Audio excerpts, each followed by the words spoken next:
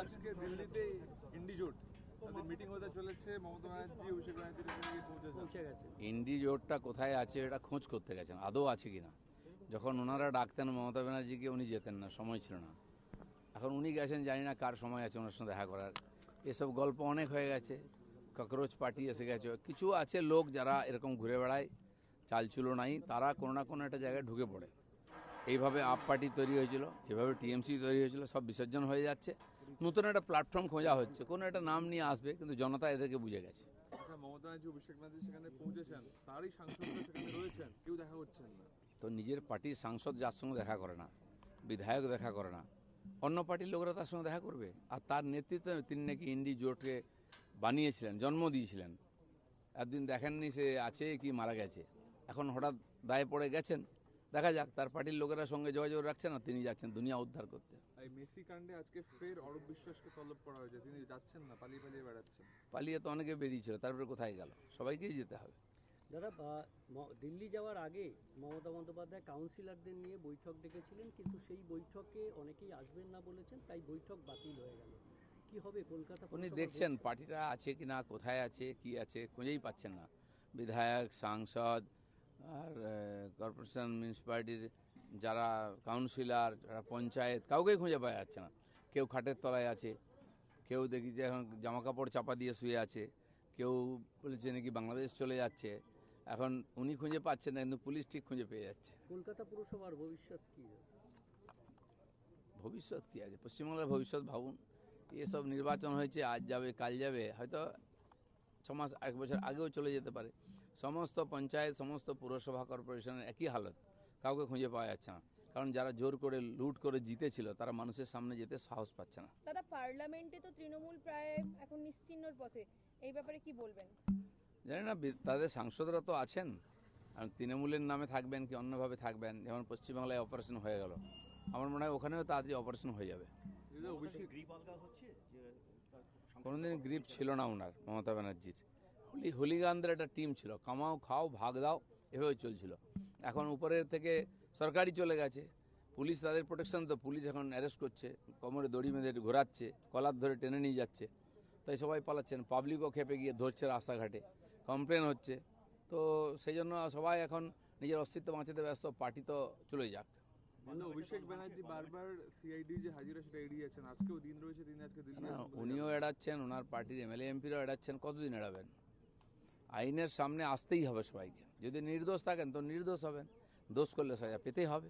হাওড়াতে গুজরাটের শিল্প আসছে, দুধ শিল্প, হোয়াইট রেভলিউশন দিয়ে শুরু পশ্চিমবঙ্গের নতুন সরকারের শিল্প। দুটো বড় প্রজেক্ট হচ্ছে। আমুল এখানে অনেক বড়, আপাতত 600 কোটি টাকা ইনভেস্ট করছে, এবং আগামী 10 তারিখ বা 13 তারিখ তার উদ্বোধন আছে, আমাকে ওনারা বলেছেন। এছাড়া আমাদের মার্কেটিংয়ের তরফ থেকে একটা বড় প্রজেক্ট তৈরি করা হচ্ছে ওখানে ডেবরার কাছে, নদীর ধারে। সেটাও খুব বড় একটা প্রোগ্রাম সরকারের তরফ থেকে হচ্ছে। তো এই ধরনের নতুন নতুন প্রজেক্ট শুরু হয়ে যাচ্ছে। যারা রেডি ছিলেন, জমি ছিল, করছেন। বাকিরা জমির খোঁজে আসছেন, কথা বলতে আসছেন, কথাবার্তা চলছে, কোথায় কোথায় তাদের জায়গা দেওয়া যায়, কী ধরনের বিজনেস করবেন। সরকারি সিস্টেমটা তো অনেকদিন ধরে চাপা পড়ে গেছিলো, সেটাকে একটু উদ্ধার করে নিয়ে এলে ফটাফট কাজ শুরু হবে। দমদমের পর যাদবপুর, আবার মধ্যরাতে উচ্ছেদ।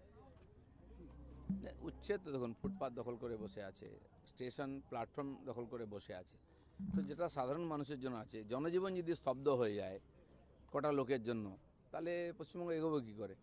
যারা ওখানে বসে আছেন তাদেরকে ভাবতে হবে, অন্য জায়গা দেখুন। সরকারও ভাবছে, কিন্তু এত হাজার হাজার লোক কবজা করে সবার জন্য তো জায়গা দেওয়া সম্ভব নয়।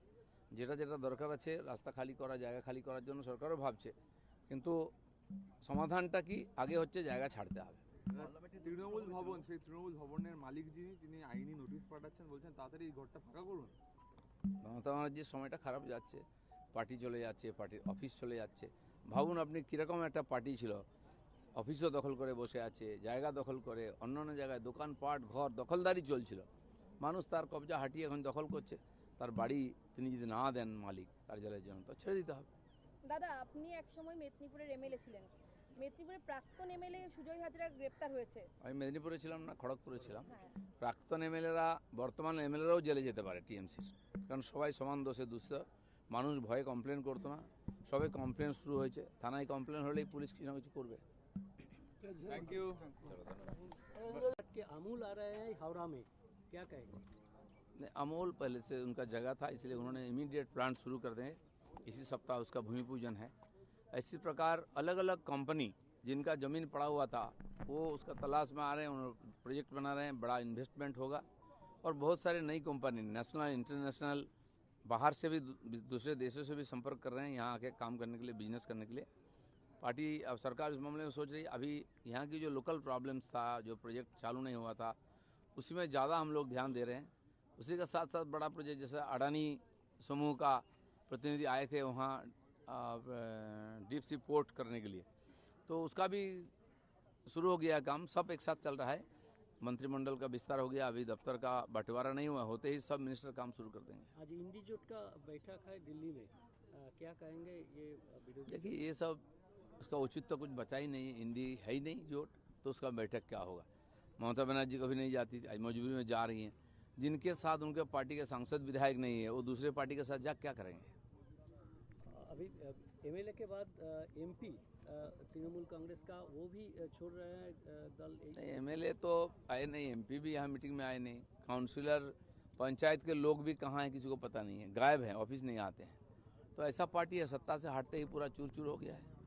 तो इसका विसर्जन होना ही था, जनता ने वही किया है, वो मैंडेट मान लेना चाहिए। टीएमसी सांसदों के बीच अटकलों के बीच ममता बनर्जी इंडिया गठबंधन में शामिल होने दिल्ली पहुंची। पश्चिम बंगाल के पूर्व मुख्यमंत्री हो गया तो क्या, कितना बार पूछेगा उसका। क्वेश्चन है हाँ बोलो, क्वेश्चन ही पूछो ना। देखा गया है दिल्ली में ही केजरीवाल पहुंचे, वहां पर उनको गुलदस्ता दिया गया और उनके साथ बैठक भी की। अब बोलिए केजरीवाल का पीछे कौन है, ममता बनर्जी के पीछे कौन है। ये नेता आज सर्वहारा हो गए हैं, वो सहारा ढूंढने के लिए दिल्ली जा रहे हैं, जिनके साथ उनके पार्टी के लोग नहीं हैं, चुने हुए प्रतिनिधि नहीं है, और दूसरे लोग उसको क्या मदद है। यहाँ दिल्ली में ममता बनर्जी क्या मदद करेंगे केजरीवाल को, और केजरीवाल बंगाल में क्या मदद करेंगे ममता बनर्जी को। आप देखते हैं कि इंडीजोट कहाँ है, कितने लोग हैं, ये देखने के लिए गए। डीएमके को छोड़कर 23 पार्टियां आज बैठक करेंगी इंडिया जोट में। इन सब पार्टियों का अस्तित्व कहाँ है, केवल कुछ नेता बचे हुए हैं, जिन नेताओं को लोगों ने रिजेक्ट किया है।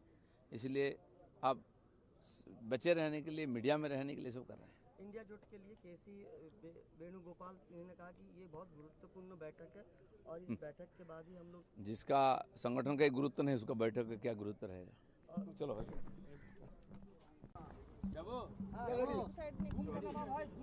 বুমটা নামাও একটু নামাও। দিল্লিতে আজকে দিল্লিতে ইন্ডিজোট তাদের মিটিং হতে চলেছে, মমতা ব্যানার্জি অভিষেক ব্যানার্জির এখানে গিয়ে পৌঁছেছেন। পৌঁছে গেছে। ইন্ডিজোটটা কোথায় আছে এটা খোঁজ করতে গেছেন, আদৌ আছে কিনা। যখন ওনারা ডাকতেন মমতা ব্যানার্জিকে উনি যেতেন না, সময় ছিল না। এখন উনি গেছেন, জানি না কার সময় আছে ওনার সঙ্গে দেখা করার। এসব গল্প অনেক হয়ে গেছে, ককরোচ পার্টি এসে গেছে। কিছু আছে লোক যারা এরকম ঘুরে বেড়ায়, চালচুলো নাই, তারা কোনো না কোনো একটা জায়গায় ঢুকে পড়ে। এইভাবে আপ পার্টি তৈরি হয়েছিল, এভাবে টিএমসি তৈরি হয়েছিল, সব বিসর্জন হয়ে যাচ্ছে। নতুন একটা প্ল্যাটফর্ম খোঁজা হচ্ছে, কোনো একটা নাম নিয়ে আসবে, কিন্তু জনতা এদেরকে বুঝে গেছে। আচ্ছা, মমতা ব্যানার্জি অভিষেক ব্যানার্জি সেখানে পৌঁছেছেন, তারই সাংসদরা সেখানে রয়েছেন, কেউ দেখা করছেন না। তো নিজের পার্টির সাংসদ যার সঙ্গে দেখা করে না, বিধায়ক দেখা করে না, অন্য পার্টির লোকেরা তার সঙ্গে দেখা করবে। আর তার নেতৃত্বে তিনি নাকি ইন্ডি জোটকে বানিয়েছিলেন, জন্ম দিয়েছিলেন। একদিন দেখেননি সে আছে কি মারা গেছে, এখন হঠাৎ দায়ে পড়ে গেছেন। দেখা যাক, তার পার্টির লোকেরা সঙ্গে যোগাযোগ রাখছে না, তিনি যাচ্ছেন দুনিয়া উদ্ধার করতে। এই মেসি কাণ্ডে আজকে ফের অরূপ বিশ্বাসকে তলব করা হয়েছে, তিনি যাচ্ছেন না, পালিয়ে পালিয়ে বেড়াচ্ছেন। পালিয়ে তো অনেকে বেরিয়েছিল, তারপরে কোথায় গেল, সবাইকেই যেতে হবে। দাদা দিল্লি যাওয়ার আগে মমতা বন্দ্যোপাধ্যায় কাউন্সিলরদের নিয়ে বৈঠক ডেকেছিলেন, কিন্তু সেই বৈঠকে অনেকেই আসবেন না বলেছেন, তাই বৈঠক বাতিল হয়ে গেল। কি হবে কলকাতা? উনি দেখছেন পার্টিটা আছে কি না, কোথায় আছে, কি আছে, খুঁজেই পাচ্ছেন না।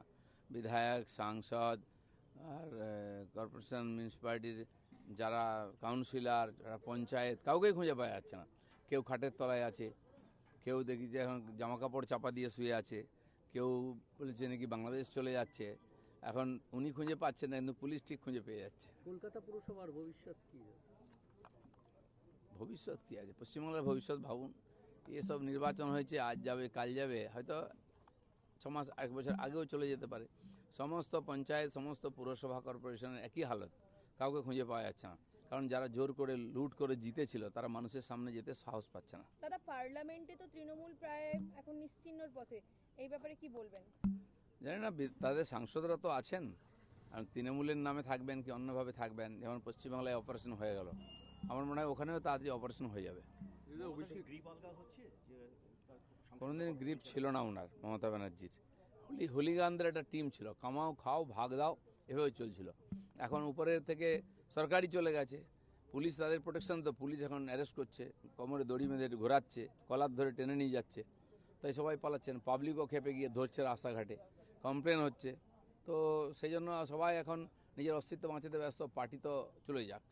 কিন্তু অভিষেক ব্যানার্জি বারবার সিআইডি যে হাজিরা সেটা এড়িয়ে যাচ্ছেন, আজকেও দিন রয়েছে, তিনি আজকে দিল্লি না, আসবেন বলে উনিও এড়াচ্ছেন, ওনার পার্টির এমএলএ এমপিরাও এড়াচ্ছেন, কতদিন এড়াবেন? আইনের সামনে আসতেই হবে সবাইকে। যদি নির্দোষ থাকেন তো নির্দোষ হবেন, দোষ করলে সাজা পেতেই হবে। হাওড়াতে গুজরাটের শিল্প আসছে, দুধ শিল্প, হোয়াইট রেভলিউশন দিয়ে শুরু পশ্চিমবঙ্গের নতুন সরকারের শিল্প। দুটো বড় প্রজেক্ট হচ্ছে। আমুল এখানে অনেক বড়, আপাতত 600 কোটি টাকা ইনভেস্ট করছে এবং আগামী 10 তারিখ বা 13 তারিখ তার উদ্বোধন আছে, আমাকে ওনারা বলেছেন।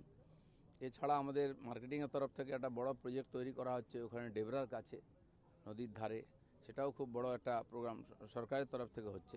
তো এই ধরনের নতুন নতুন প্রজেক্ট শুরু হয়ে যাচ্ছে। যারা রেডি ছিলেন, জমি ছিল, করছেন, বাকিরা জমির খোঁজে আসছেন, কথা বলতে আসছেন, কথাবার্তা চলছে, কোথায় কোথায় তাদের জায়গা দেওয়া যায়, কী ধরনের বিজনেস করবেন।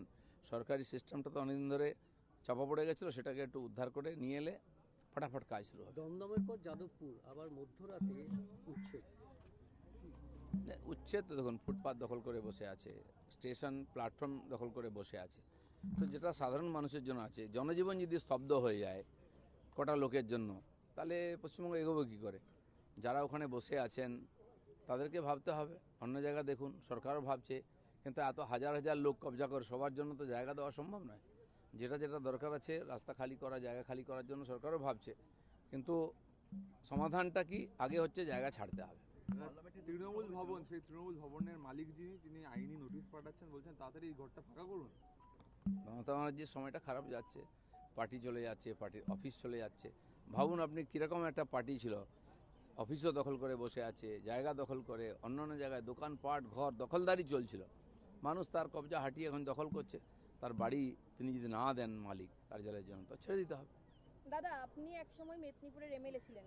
মেদিনীপুরের প্রাক্তন এমএলএ সুজয় হাজরা গ্রেপ্তার হয়েছে। আমি মেদিনীপুরে ছিলাম না, খড়গপুরে ছিলাম। হ্যাঁ, প্রাক্তন এমএলএরা, বর্তমান এমএলএরাও জেলে যেতে পারে টিএমসির, কারণ সবাই সমান দোষে দুষ্ট। মানুষ ভয়ে কমপ্লেন করতো না, সবে কমপ্লেন শুরু হয়েছে। থানায় কমপ্লেন হলেই পুলিশ কিছু না কিছু করবে। Thank you. के अमूल आ रहे हैं हावड़ा में, क्या कहेंगे? नहीं, अमूल पहले से उनका जगह था, इसलिए उन्होंने इमीडिएट प्लांट शुरू कर दें। इसी सप्ताह उसका भूमि पूजन है। इसी प्रकार अलग अलग कंपनी जिनका ज़मीन पड़ा हुआ था, वो उसका तलाश में आ रहे हैं, उन्होंने प्रोजेक्ट बना रहे हैं, बड़ा इन्वेस्टमेंट होगा। और बहुत सारे नई कंपनी, नेशनल इंटरनेशनल, बाहर से भी, दूसरे देशों से भी संपर्क कर रहे हैं यहाँ आके काम करने के लिए, बिजनेस करने के लिए। पार्टी अब सरकार इस मामले में सोच रही है। अभी यहाँ की जो लोकल प्रॉब्लम्स था, जो प्रोजेक्ट चालू नहीं हुआ था, उसी में ज़्यादा हम लोग ध्यान दे रहे हैं। उसी के साथ साथ बड़ा प्रोजेक्ट, जैसे अडानी समूह का प्रतिनिधि आए थे वहाँ डीप सी पोर्ट करने के लिए, तो उसका भी शुरू हो गया काम, सब एक साथ चल रहा है। मंत्रिमंडल का विस्तार हो गया, अभी दफ्तर का बंटवारा नहीं हुआ, होते ही सब मिनिस्टर काम शुरू कर देंगे। आज इंडीजोट का बैठक है दिल्ली में, क्या कहेंगे ये विरोधी? देखिए, ये सब उसका उचित तो कुछ बचा ही नहीं, इंडी है ही नहीं जोट, तो उसका बैठक क्या होगा? ममता बनर्जी कभी नहीं जाती थी, आज मजबूरी में जा रही हैं। जिनके साथ उनके पार्टी के सांसद विधायक नहीं है, वो दूसरे पार्टी के साथ जा क्या करेंगे? अभी एमएलए के बाद एमपी तृणमूल कांग्रेस का वो भी छोड़ रहे हैं दल। नहीं, एमएलए तो आए नहीं, एमपी भी यहाँ मीटिंग में आए नहीं, काउंसिलर, पंचायत के लोग भी कहाँ हैं किसी को पता नहीं है, गायब हैं, ऑफिस नहीं आते हैं। तो ऐसा पार्टी है, सत्ता से हटते ही पूरा चूर चूर हो गया है। तो इसका विसर्जन होना ही था, जनता ने वही किया है, वो मैंडेट मान लेना चाहिए। टीएमसी सांसदों के बीच अटकलों के बीच ममता बनर्जी इंडिया गठबंधन में शामिल होने दिल्ली पहुंची। पश्चिम बंगाल के पूर्व मुख्यमंत्री हो गया तो क्या, कितना बार पूछेगा उसका? क्वेश्चन है हाँ बोलो, क्वेश्चन ही पूछो ना। देखा गया है दिल्ली में ही केजरीवाल पहुंचे, वहां पर उनको गुलदस्ता दिया गया और उनके साथ बैठक भी की। अब बोलिए, केजरीवाल का पीछे कौन है, ममता बनर्जी के पीछे कौन है? ये नेता आज सर्वहारा हो गए हैं, वो सहारा ढूंढने के लिए दिल्ली जा रहे हैं, जिनके साथ उनके पार्टी के लोग नहीं हैं, चुने हुए प्रतिनिधि नहीं है, और दूसरे लोग उसको क्या मदद है। यहाँ दिल्ली में ममता बनर्जी क्या मदद करेंगे केजरीवाल को, और केजरीवाल बंगाल में क्या मदद करेंगे ममता बनर्जी को। आप देखते हैं कि इंडी जोट कहाँ है, कितने लोग हैं, ये देखने के लिए गए हैं। डीएमके को छोड़कर 23 पार्टियां आज बैठक करेंगी इंडिया जोट में। इन सब पार्टियों का अस्तित्व कहाँ है, केवल कुछ नेता बचे हुए हैं, जिन नेताओं को लोगों ने रिजेक्ट किया है। इसलिए अब बचे रहने के लिए, मीडिया में रहने के लिए सब कर रहे हैं। इंडिया जोट के लिए केसी वेणुगोपाल ने कहा कि ये बहुत गुरुत्वपूर्ण बैठक है और इस बैठक के बाद ही हम लोग जिसका संगठन का एक गुरुत्व नहीं, उसका बैठक का क्या गुरुत्व रहेगा। चलो भाई।